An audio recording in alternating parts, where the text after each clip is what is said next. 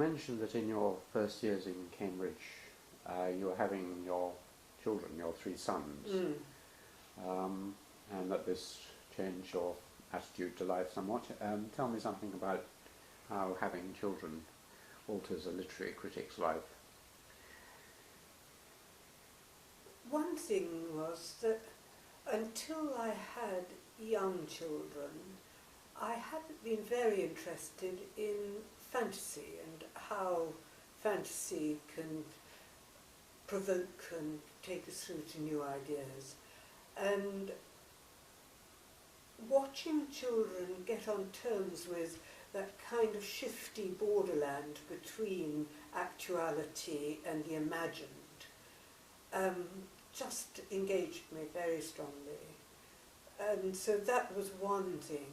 And then probably the more, as it turned out for me, wide-ranging change was that actually bearing and then rearing children did make me think a great deal about evolution and what any individual meant in terms of the evolutionary process.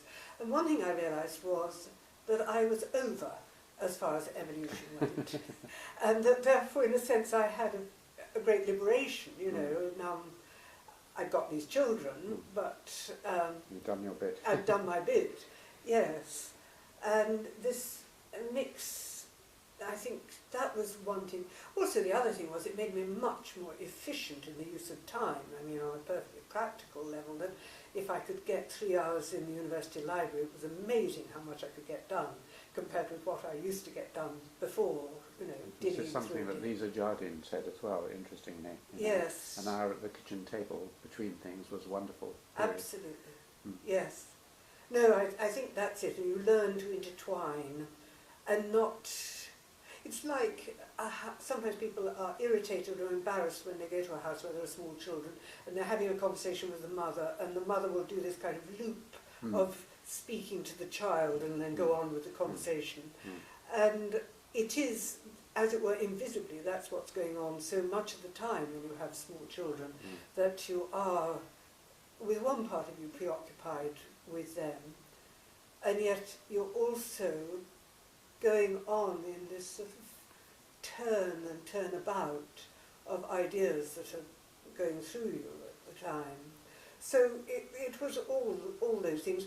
And then along came Poststructuralism, and though I wouldn't describe myself as ever having been quite a sort of fully wedded post-structuralist, it just raised so many interesting new questions to address.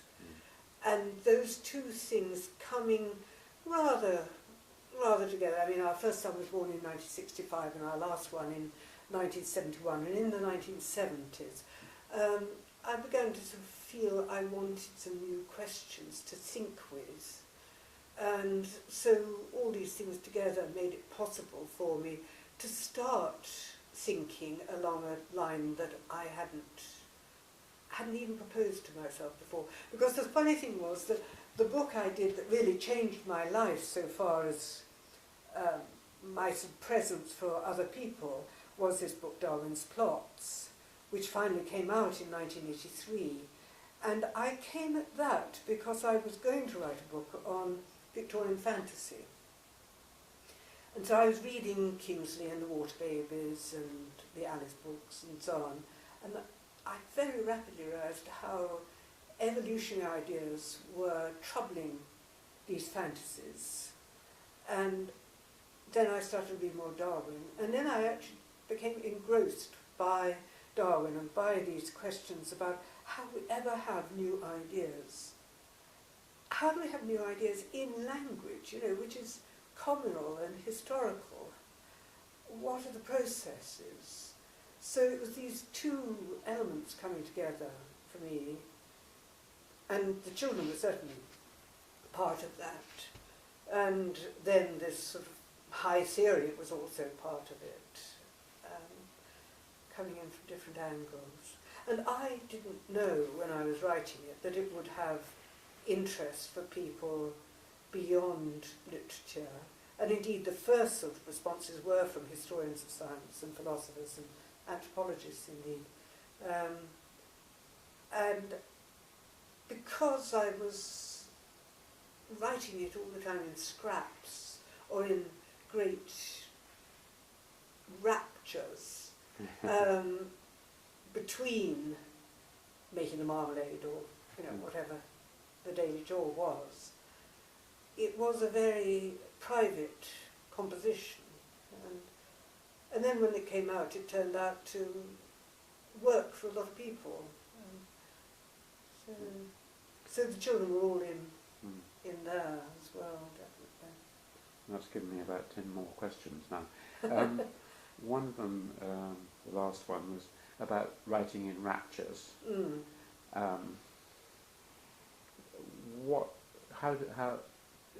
How do you write, and was that just the one occasion when you wrote in raptures, or do you always write in raptures? Well, it was a dangerous way of putting it. What I mean is that I write in great bursts. I don't write every day. John, my husband, does write more or less every day and is more productive than I am as a result. But I balk at writing for a long time, and things build up, and then I finally, no, I've got to sit down and do it, and I do it in these sweeps, and write fast when I do write, with these gaps between. So that's what I meant, really.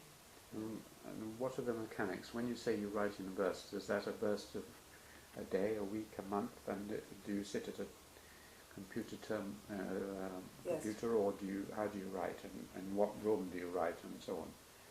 Well, now where we live, I have a study. I used to write in my college room when I had a college room, when I was at Guertin, that was. Also, we have a cottage that we've had for many years, and when the children were young, and I was desperate, and I'd got deadlines or I'd got something I must write, occasionally I would go away for 2 or 3 days, just 2 or 3 days. And I do remember very well one occasion when I was writing this book, Darwin's Plots, and there was one chapter I was having real difficulty with, and I hadn't been able to write it, and I went up to the cottage. Where is that?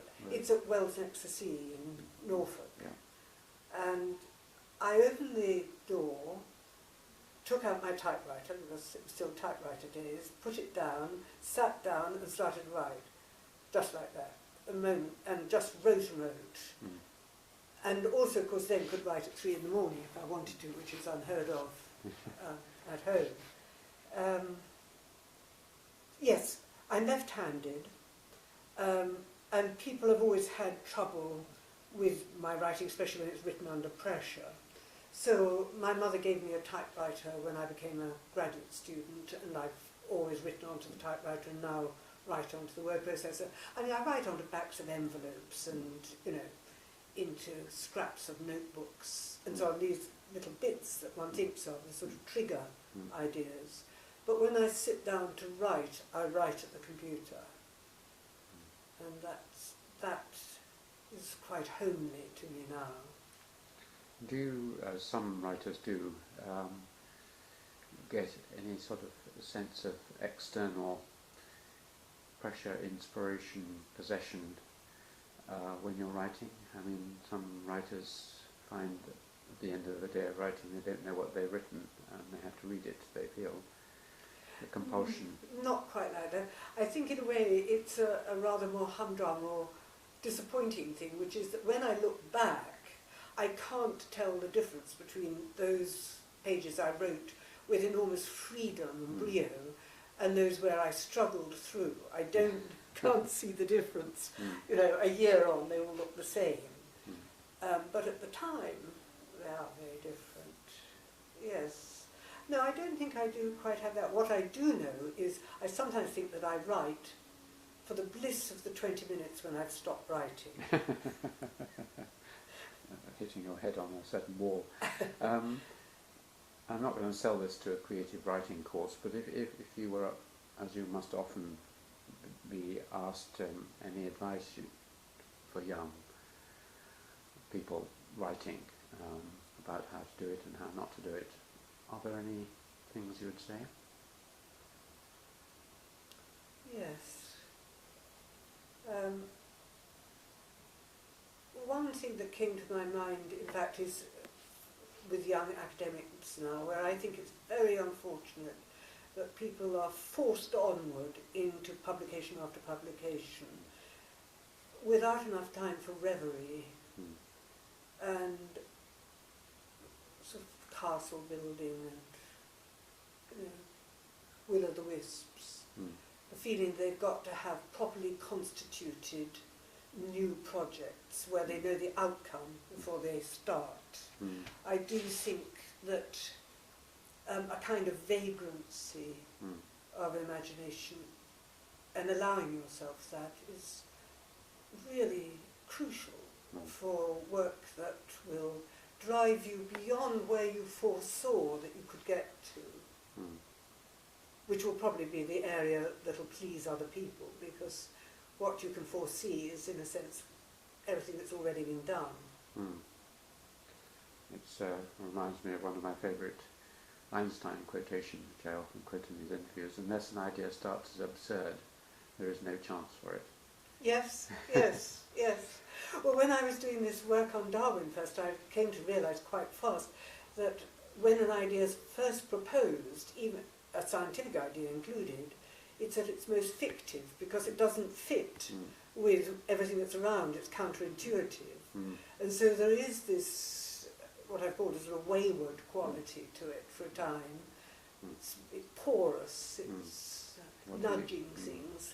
And that's a very important phase for any writer and for the making of ideas, I think. That comes back to a second question, which was, or rather request, if you could lay out a little bit of the plot of Darwin's plots. I mean, what it's about. Yes. It's what you might call a double genitive. That is, it's Darwin's plots. It's both the plots that he, the stories that he had available to him to think with, and the stories that he generated for other people. So it's both about what he imbibed and then how he turned or troubled some of those ideas. So, for example, when he was growing up, the idea of design was obviously dominant, and he himself was delighted by Paley. What he needed to find was a way of thinking in opposition or at an angle from design towards production. And what I do in the first part of the book, I look in quite detail at his language, and I argue that the language can't just be skimmed off, leaving the ideas intact, and that through his uses of metaphors which were familiar metaphors, not unfamiliar metaphors, like the great family, for instance, the ways in which he turned those metaphors away from the assumptions of the time, that this was both necessary to him to think the thing through and also to communicate it. And then I argue that because he wrote deliberately in the origin, in a discourse that would be readable by any intelligent, reasonably informed person of his time, it actually left a great superplus of meaning lying around. You know, so that if you talk about the race of cabbages, that word race is liable to escape from those severe surroundings and to start performing its own stories. And, you know, it can be the descent of man or the ascent of man. And then what I go on to in the second half of the book is to look at some of the ways in which other writers spun out from Darwin, and either at the level of structure or at the level of allusion used his ideas to generate their own work or to argue with his ideas, not necessarily to conform to them. Hardy would be a prime example. So that's really how it works. So it has a sort of cusp in the middle. And then I've done another book called Open Field, Science and Cultural Encounter, which is a set of essays. I like writing at essay length and then gathering them. So they're sort of like an archipelago, rather. And I'm more and more, just at the moment, I'm doing a lot of new work on Darwin, mainly because of the great celebrations, the 200th and 150th celebrations. And I'm thinking about his ideas about consciousness across other organic life. And I've got very interested in that. You didn't mention the names of the people, writers who took ideas from you. Right, yes, sorry. I was wondering whether Tennyson was one or not. Well, no. I think Tennyson was somewhat affected by Darwin, but of course most people think that Nature Red in Tooth and Claw is post-Darwinian and is sort of coming out of Darwin, but of course it's Chambers. in Memoriam, it's written in the early 1840s. And it's a reaction to Chambers, and I was wondering whether... Yes. It was actually probably written, that particular poem was probably written even before Chambers came out. Was it? Yes, apparently. It's, according to Christopher Ricks in his edition. That's interesting, because Chambers came out in 1844, yes. This is thought to have been as early as 1840-42. Really? Yes, but I think it's clear that Darwin could hardly have lived through the 1850s without being aware of In Memoriam, so that these chimes go both ways. And he'd certainly read Chambers, as you know. Oh, absolutely, yes. I mean, I wrote a book on Chambers once with my mother, which hasn't been published, but so I'm particularly interested in him. Yes. He seems to foreshadow so much that was in Darwin. Absolutely, yes. And the work that Jim Secord has done on Chambers, very striking, the reception of Chambers, which of course that all came out much later than the first edition of the Darwin's plot, so that I didn't have a chance to use any of that material at that point.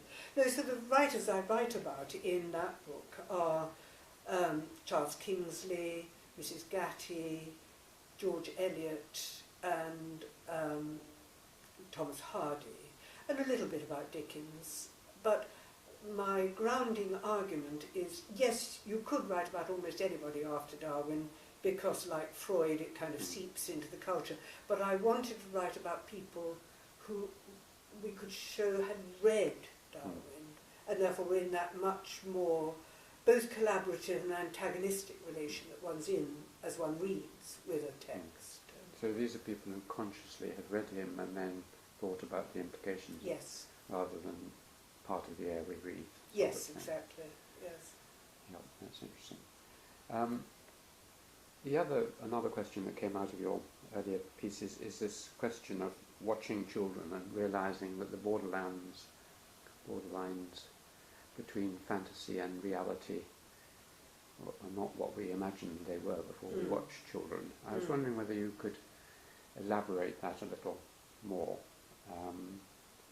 because it was something that it's the main thing I've learned from my grandchildren, that the opposition between real and unreal, fantasy and reality are false oppositions, and that children teach you again that there is deep play, and that we can inhabit several worlds at the same time without ascribing one to be true and one to be false. Yes. I was wondering, is that the sort of thing you... Yes. Yes, it is. Because that seems to be terribly important for a literary critic, because that's what Absolutely. all literary criticism is about. It's about creating imagined worlds which are plausibly real, but we know they're not. They're willing they to don't have that iron consequential outcome of actuality that, yes, You can, therefore, you can be much more experimental in your reading. You can try out much more terrifying experiences or much fuller experiences. You can try out the experiences of others.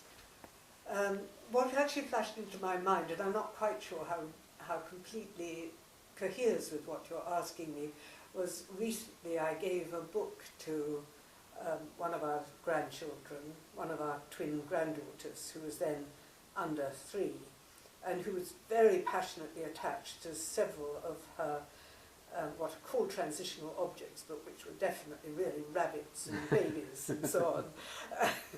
And it was a book by a man called Mo Willems, and it's about a little girl and her father, and it's American, so they go to the laundrette, and her rabbit gets put into the washing machine, and then they get home and they realise, and they go rushing back. It's a beautiful book, and there is this scene of ecstasy where the rabbit is rescued and found, and then this is just before she can speak, and so all the way home she's saying "wow, wow," and her father, of course, doesn't understand what's going on at all.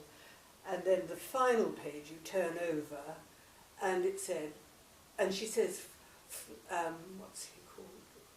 Not Flopsy Bunny, but something Bunny. And those were the first words that Trixie ever said. And what I noticed was that for the children, it was absolutely this reunion that mattered. For the adults, we all delighted in that. You turned that page, and everybody laughed. Everybody was thrilled, but the children ignored it. That was not the point for them. And she went and got her rabbit, her own rabbit, and she brought it, and she very tenderly laid it right against the page to greet this rabbit in the book. And there I was trying to work out, I could feel what she was feeling, I felt, but I couldn't articulate quite how she imagined these two worlds within the book and outside the book as lying, were they overlapping for her, or was she conscious of a kind of page block between them? And I find that just so inspiriting to be alongside again, to watch people, because I think one can still get those tiny fragments of moments where you half recollect how something did come out of a book when you were a child. Then it vanishes yes. very quickly.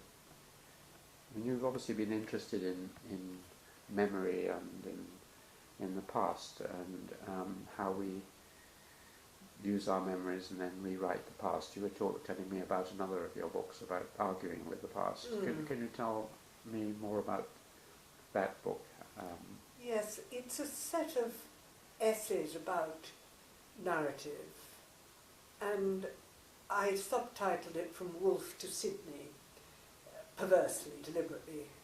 I was wanting to get away from that sort of evolutionist metaphor which imagines that writing gets more and more complex and brilliant and devious as it goes through history. And I was also wanting in it to watch how writers transform their predecessors by reading them. And then, in a way, therefore, there's a conversation going between the two writers. I wasn't at all attracted by Harold Bloom's idea of simply the anxiety of influence, as though the past is oppressive and has to be fought with, a kind of alpha male view of it. I was much more interested in this sort of collaborative process that takes place. So there are several essays about Virginia Woolf in there, and her reading of other writers, past writers. There was an essay about Samuel Richardson and Philip Sidney, about Arcadia and Pamela. And so there were a number of these essays, each of which took one writer and a book. It wasn't just a writer at large, it was very much book to book, as it were, the conversation between books. So that was another way of thinking about it, thinking about how creativity works, really. Yeah, and you mentioned there Virginia Woolf and Sitting Here in Kings, which has sort of memories of the Bloomsbury Group and so on. You wrote a biography of, or a book about... No, it's not a biography. It's a book again, it's a set of essays. As I say, I really like working at essay lengths, and it's called The Common Ground, and some of these essays have been published elsewhere first, and then some were newly gathered there. And I was very struck by Woolf's capacity to reimagine the world, to take, you know, a room like this with all its sort of happy artistic clutter and just see it fresh, and how she reinvents between each book. You know, her books are so different from each other. People speak about Woolf as though she wrote one kind of book, but when you think of the years between 1925 and 1932, in which she writes, this isn't all of them, but Mrs. Dalloway, To the Lighthouse, A Room of One's Own, The Waves, Orlando as well. Each of these is a sort of precipitous, not just raid on, I was going to say raid on, but it's not quite a raid, it's more a sort of opening out of a new area, a new place. And she works very differently on each of them. She said so herself. Some of them she writes through like that, and others she writes version after version. The Waves she wrote, and a great many versions on. So I was fascinated by that. I was also, by calling it The Common Ground, I really wanted to express how much Woolf writes for any of us. And for instance, with The Waves, she called it, first of all, that it was to be the story of anyone, not everyone. I'm not sure I got that quite right. It may be anybody, I'm not quite sure about that. I'd have to go back and look now.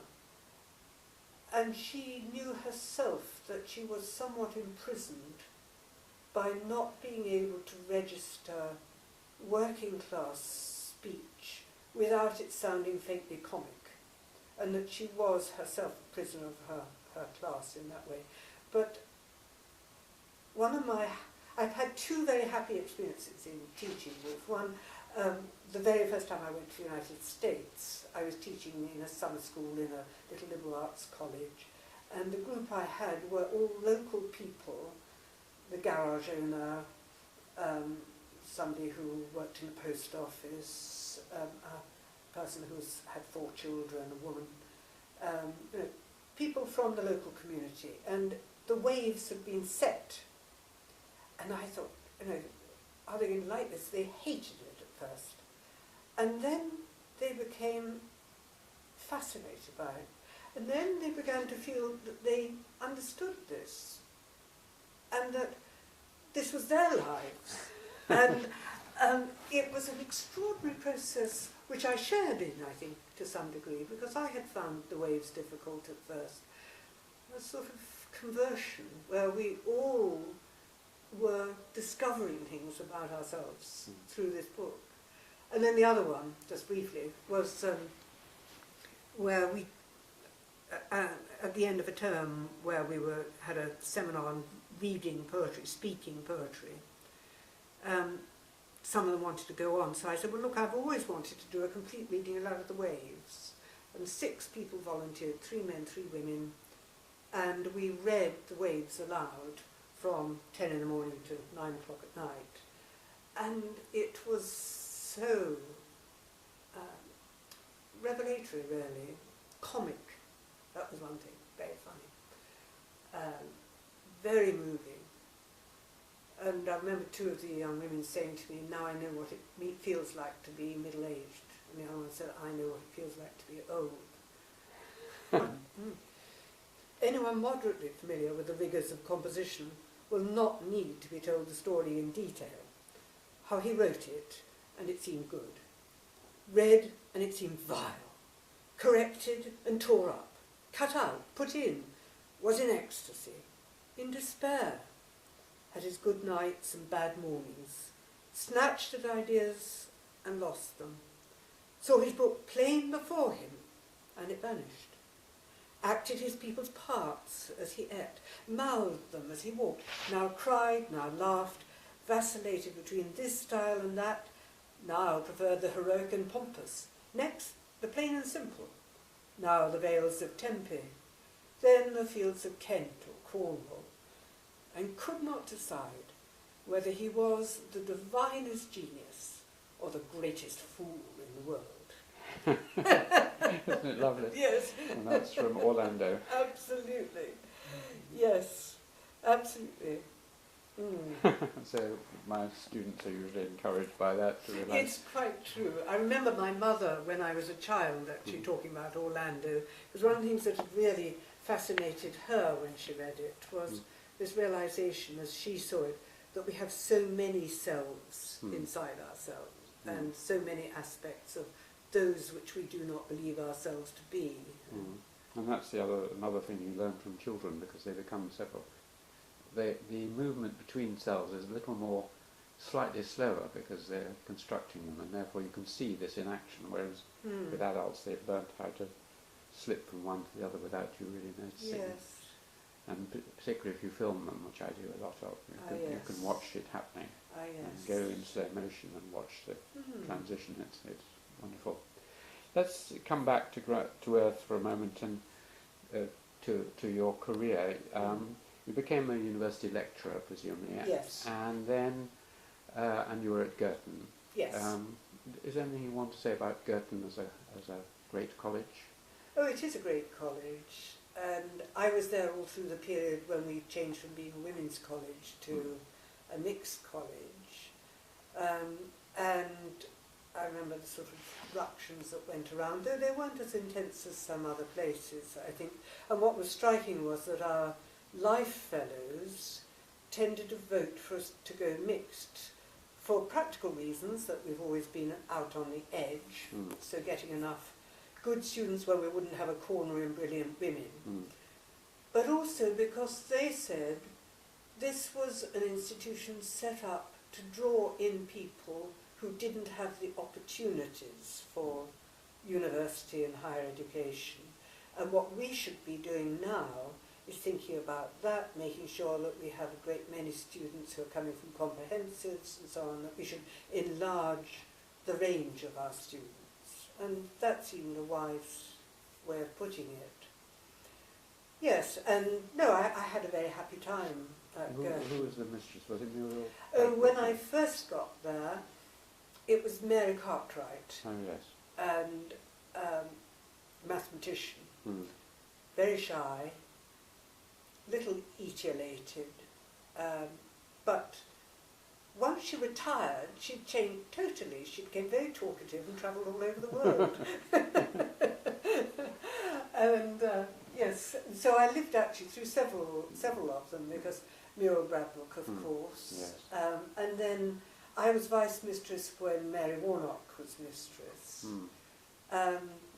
And yeah, so it was interesting to see all these people. I found Guertin a bit difficult at first after St Anne's, because it was St Anne's, which is where I was at Oxford. In fact, I didn't talk enough about that, because St Anne's has been very important in my life. Because St Anne's is very free and easy. And Guertin was so crusted in sort of Gothic ornament and tradition. But it has... This is not just physically, you mean? No, not just physically. Yes, because you found it loosened up a bit, and Yes, especially when Mary definitely. came. Yes. And then, at what point did you become Edward VII professor? I became Edward VII, as it were, And in succession to whom? in 1994. Marilyn Butler, because yes. she was briefly it, and then she went to Oxford. I'd been the Grace 1 professor before that. I was, I think it was 1989 I became that. And then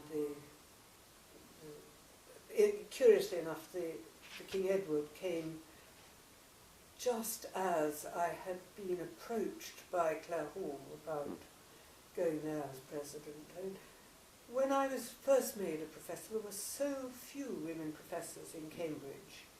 Inevitably, one got inquiries about whether you'd like to stand for this or that head of house. I don't mean I would have been elected, but certainly people were quite keen to have a woman or two on the list. And I simply actually had said no to everybody, because I thought I'd never write again. But when Claire Hall came along, partly because it doesn't have undergraduates, because it's a graduate college, and also because of it being so international with all these visiting fellows and everybody living on site and no high table, I thought, I can do this, and I shall learn a lot just from this array of people, which I did, and I enjoyed it enormously. It's a 7-year stint, and that's that.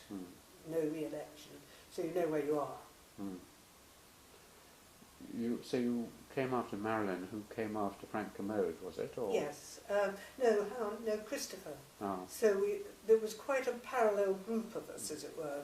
Frank was an older generation, but then Christopher, Marilyn and I are all very much the same generation. Yeah. I mean, I've interviewed Frank, and it's always nice if one interviewer is prepared to just say a word or two about another interviewee.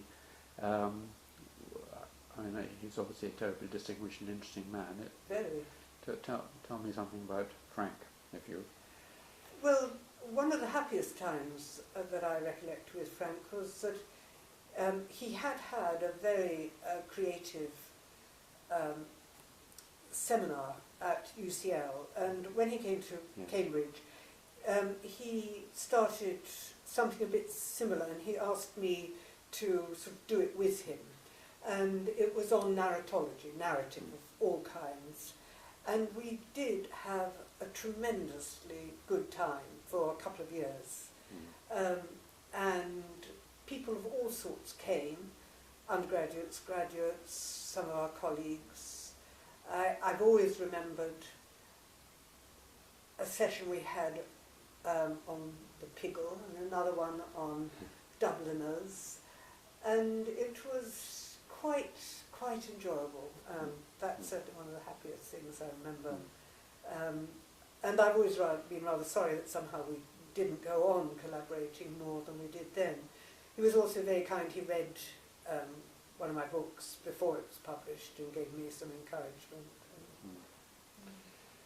I know, I not only interviewed him, but I read Not Entitled, which, as you know, is very sort of understated and putting himself down all the time, and the humility, even the title shows that. He's a strange mixture, obviously, of confidence in his writing, but also writing about himself in this. Yes. I think it gives him a sort of freedom. Yes, I can see that. But he also talked a little bit, but not much. He talked quite a bit in the book about his disappointment at the English faculty in Cambridge. You must have come in after the famous... No, I was around. I mean, I became a professor long after the little debate we had. You better name the name. It was around an appointment, and Colin McCabe had been appointed in applied linguistics, essentially, history of the language, which wasn't his main concern, so he really had to train himself up very fast in that. And some people thought he hadn't trained himself up fast enough, and they didn't want... Of course, in those days, about 60% of people who got these assistant lectureships didn't get upgraded, as it was called. And Colin was one of those who didn't get upgraded. But it was felt by a lot of people, and I was among them, in fact, who felt that this was not fair. And there was a lot of acrimony, which was very sad. And it did leave some wounds and scars for a number of years. And I think it has now, I mean, it's a long, long time ago, 1981, you know, it's passed by. And the faculty has always been very eclectic, still is very, and that's its strength, that people come in doing such different things. And I think there's been a turn too in academia in general, and it's a funny turn because what it is, it's a turn from undue modesty to undue boastfulness. But I think it has some good effects because it makes you more aware of what your colleagues are doing. Well, they're constantly having to justify your position in the RAE tables. Exactly, and so on. all those things. So now you all know your colleagues are actually doing a great many interesting things, whereas everybody used to sort of, it was really not quite done to talk about that. No, I never found out well, my supervisor was very, very shy about doing, I was writing a book alongside him at one point, this is Keith Thomas at Oxford, and he showed me the whole book and everything. That was wonderful. But whenever I asked him what he was doing otherwise, he tended to say, "Oh well, nice day today, Alan." So those are the shy days. Yes, yes. Did you want to say anything more about your children or grandchildren, or have we Well, I think just briefly about our children. I mean, we have these 3 sons who have all been just a great expansion of the possibilities of life, and we are all quite close to each other, and we see a lot of them. And one of them is married, and he has these 3 children, and he has a lovely wife. And they live up in Liverpool, unfortunately, or outside Liverpool, but at least it takes me back up to Liverpool again. I think I probably have to go a little warily, because if it's going to be on the internet, they'll say, "Mum, why were you talking about me?" Exactly, as it's going to be on YouTube, they'll be onto it straight away. Yes. So, but anyway, you said something nice about them. And yes, I mean, they've all done different things. Dan, our eldest one, published a book on Foucault and is now a schoolmaster teaching modern languages. Our next son, Rufus, was a social worker for 10 years and then retrained as a primary school teacher and loves that. And our youngest son, Zach, did an art degree and then decided he was going to do science and did a degree in molecular biology and has now at the moment gone back to art. So, you know, they've all ranged around. And I think that's something that, you know, I really have enjoyed too, the opportunities to do quite different things, like, you know, I've been on the Booker Judges twice. And you were chairman, were you? In yes, I was chairman, and I chaired the Poetry Book Society, and now I'm president of the British Comparative Literature Association. I mean, I very much enjoyed involving myself in those ways, and yes. Yes, and I think they have quite enjoyed that too. That it hasn't been just entirely within Cambridge, you know, things have been going on elsewhere. And we both hopefully will meet in Hay at some point in the summer. Oh, yes. Which we've been invited to. Whether we'll get there, I don't know. But yes. That's something. And there may be other things you'd like to mention, but I was just going to ask what you were working on at the moment. Well, as I was mentioning, I have been doing and am doing just at the moment a number of different essays around these questions of consciousness, not just between humans and animals, but things like climbing plants, oysters. You know, he was so interested in questions of intent and will, and of course that goes back to language, because human language can't easily get out of the question of outside the question of intent. So that. But I have a book on the Alice books, which is about 90% written, and which I laid aside and now must get back to and finish. And there is another book, which everybody by now must be laughing about, because I've been writing it for years, and I've published bits of it here, there and everywhere, which is called Experimental Islands, and it's about the idea of the island and the island population, and how it's been studied in fiction and poetry and also in some of the sciences. But I'm not good at finishing. I find it quite hard. And who knows, there may be some deep reason for that. But I write, both those books are very largely written, but actually closing them down, putting them out, I find very difficult to do. That's interesting. But is it that you want to hold on to them or you feel they could be better? Or? Yes, I think I feel they can be better, definitely. There's always the hope that they can be better and that if I wait a little, that will fall into place. Yes. And I don't know, probably I'm rather timid. Don't strike me as too timid anyway. Is there anything else you'd like to say, or is that a good No, note I to think end on that's enough. in Yes. the future? Good. Well, thank you very much indeed, Gillian. That was a great pleasure. Yes, well, I never saw my father again after I was 7 and had no knowledge of him really, and never wished to get in touch with him or anything. And about 18 months ago, one evening I went to my email. We were just about to have an Australian friend in for supper, and there was this email headed, "Long lost cousin query."